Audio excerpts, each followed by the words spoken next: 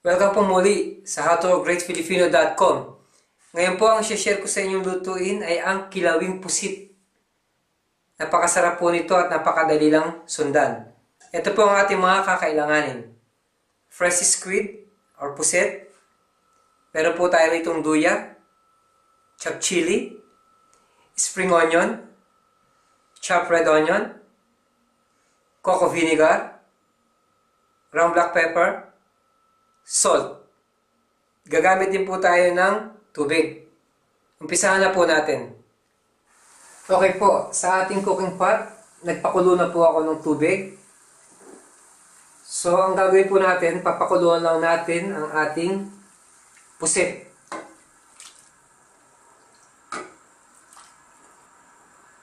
Maximum 7 minutes po.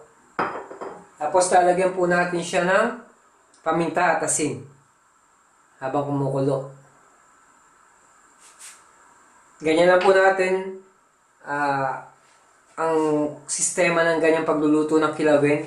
Basta pakuluin lang natin siya, pero wag niyo po siyang i-overcook dahil magiging makunat po siya. Tapos pag kumulo na po siya, tsaka po natin siya i-chop. Okay po. Takpan na po natin.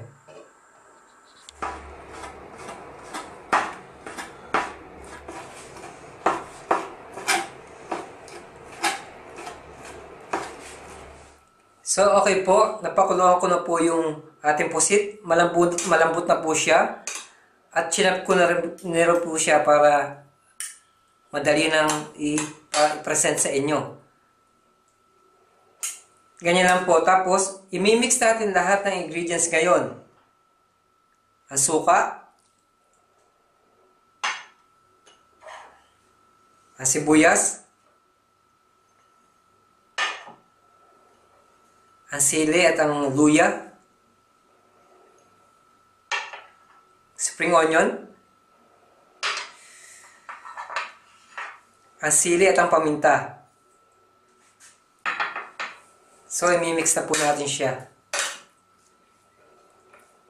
Kung gusto niyo pong mag-add ng vinegar o ng sili, wala pong problema, nasa sa inyo po yun. Depende po sa taste ninyo kung ano po ang magiging accurate sa inyong panlasa. Napakasarap po nitong kilawin na pusit. Okay po, salamat po ulit sa panonood ng howtogreatfilipino.com. Please, marami po kami mga videos sa aming channel, sa aming page sa Facebook at sa YouTube. Pakiclick na lang po ang howtogreatfood.com at marami pong mga cooking lesson na matututunan doon. So, ito na po ang ating kilawin na pusit. Maraming salamat po. Mabuhay!